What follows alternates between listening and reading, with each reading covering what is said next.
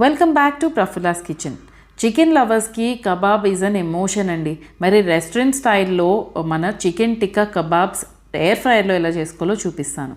ఒక పెద్ద బౌల్ తీసుకొని దానిలో బీటన్ కర్డ్ తీసుకోండి, పెరుగు ఒక కప్పు తీసుకొని దానిలోకి ఒక స్పూన్ ఆఫ్ సాల్ట్, ఒక హాఫ్ స్పూన్ ఆఫ్ పసుపు టర్మరిక్ యాడ్ చేయండి.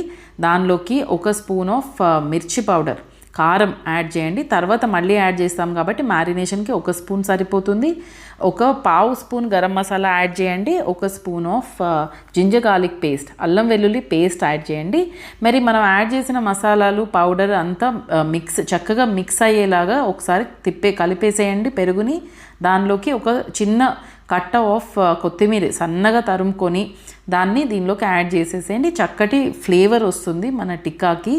అంతా మిక్స్ చేసిన తర్వాత ఒక 250 గ్రామ్స్ ఆఫ్ చికెన్ చక్కగా వాష్ చేసుకొని క్యూబ్స్గా కట్ చేసుకున్నానండి. దాన్ని యాడ్ చేసి మన ఈ మ్యారినేటెడ్ మసాలా అంతా క్యూబ్స్కి పట్టేలాగా చక్కగా చేతితో కలిపేసుకోండి. తర్వాత దానిలో కావలసిన వెజిటేబుల్స్ కట్ చేసుకుందాము.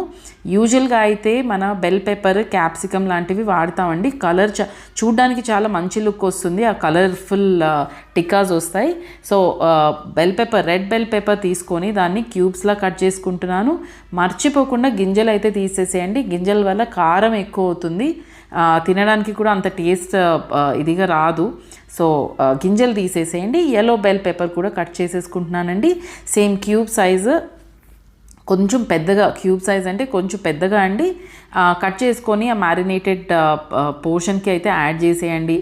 తర్వాత ఒక ఆనియన్ తీసుకున్నాను, ఒకటే తీసుకుంటున్నానండి. నేను చేసిన అంటే 250 గ్రామ్స్ ఆఫ్ చికెన్కి ఒక 6 to 7 కబాబ్స్ అయితే వస్తాయి. సో ఒక ఆనియన్ తీసుకున్నాను, దాన్ని నేను చక్కగా క్యూబ్స్లా కట్ చేసేసుకొని ఈ మ్యారినేషన్కి యాడ్ చేసి దాని చేతితో చక్కగా అన్నిటికీ మసాలా అంటేలాగా ఒకసారి కలిపేసుకుంటున్నానండి. కలిపేసుకున్న తర్వాత దీన్ని మనం మ్యారినేట్ చేసిన దాన్ని ఒక 3 గంటలు అయితే ఫ్రిడ్జ్లో ఉంచేసేయాలి. సో క్లింగ్ ర్యాప్తో కవర్ చేసేసి ఒక లిడ్ ఉన్నా పర్వాలేదండి, మూత పెట్టేసి ఫ్రిడ్జ్లో పెట్టేసేయండి ఒక 3 hours అట్లీస్ట్. ఆ లోపుకి మన స్క్యూయర్స్, ఈ పుల్లలు ఉన్నాయి కదండి, వీటిని ఒక 30 నిమిషాలు అయితే నీళ్ళలో పెట్టి నానబెట్టుకోండి, పుల్ల విరిగిపోకుండా. సో మన 3 hours అయితే అయిపోయిందండి, మ్యారినేట్ అయిపోయింది మనకు కావాల్సిన చికెన్ అండ్ వెజిటేబుల్స్.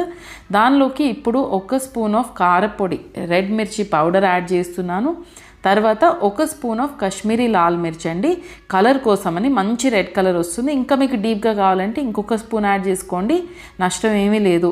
సో ఇదంతా చక్కగా కలిసేలాగా మళ్ళీ ఒకసారి చేతితో కలిపేసుకొని ఒక హాఫ్ లైమ్ అండి, నిమ్మకాయ గింజలు లేకుండా స్క్వీజ్ అవుట్ చేసుకొని ఈ మ్యారినేషన్కి యాడ్ చేసేయండి. సో మన కావాల్సిన మిక్చర్ అయితే రెడీ అయిపోయినట్టే. దాన్ని స్క్యూవర్స్కి ఆల్టర్నేట్గా గుచ్చేసేయండి. ఒక రెడ్ బెల్ పేపర్ యాడ్ చేశారా, ఒక చికెన్ యాడ్ చేయండి, దానికి ఇంకొక యెల్లో బెల్ పేపర్ యాడ్ చేయండి. అలాగా వీటిలోకి మీకు నచ్చుతుంది అని అంటే పైనాపిల్, మీరు watermelon, chunks of corn add చేసుకోవచ్చు, కీరా యాడ్ చేసుకోవచ్చు, టమాటోస్ యాడ్ చేసుకోవచ్చు, చాలా ఫ్లేవర్ఫుల్గా వస్తుంది. సో వెజిటేబుల్స్ అయితే మీ చాయిస్ అండి. మనకి ఎయిర్ ఫ్రైయర్లో చేస్తున్నాం కాబట్టి చక్కగా గ్రిల్డ్ టేస్ట్, అరోమా కూడా వచ్చేస్తుంది, చాలా చాలా టేస్టీగా ఉంటుంది, మీకు తప్పకుండా నచ్చుతుంది. సో నేనైతే మిగతా స్క్యూవర్స్కి కూడా ఈ వెజిటేబుల్స్ అండ్ చికెన్ అయితే గుచ్చేసుకుంటున్నానండి.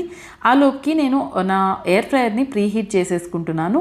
3 minutes 180 degree టెంపరేచర్లో అయితే ప్రీహీట్ చేసేసానండి.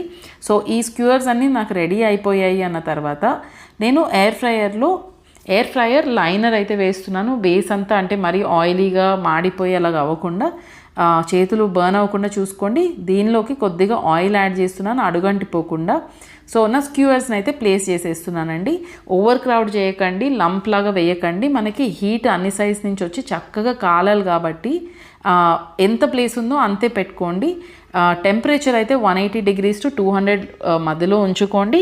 20 minutes అయితే ఇవి ఖచ్చితంగా ఎయిర్ ఫ్రై అవ్వాలండి. కాకపోతే ఎవ్రీ 5 minutesకి ఒకసారి తీసి సైడ్స్ అంతా తిప్పుతూ ఉండండి. చూసుకోండి మరి సరిగా ఫ్రై అవుతుందా లేదా అనేది చెక్ చేసుకోవడం చాలా ఇంపార్టెంట్. సో మన 20 minutes అయిపోయింది అన్న తర్వాత మనకి ఇలా చక్కటి కలర్ వచ్చేస్తుందండి.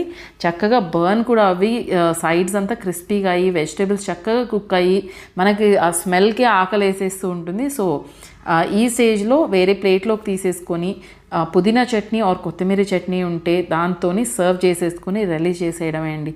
మరి ఈ రెసిపీ మీరు తప్పకుండా ట్రై చేస్తారని హోప్ చేస్తున్నాను. మళ్ళీ నా నెక్స్ట్ రెసిపీతో కలుస్తాను. Signing off Prafulla's kitchen.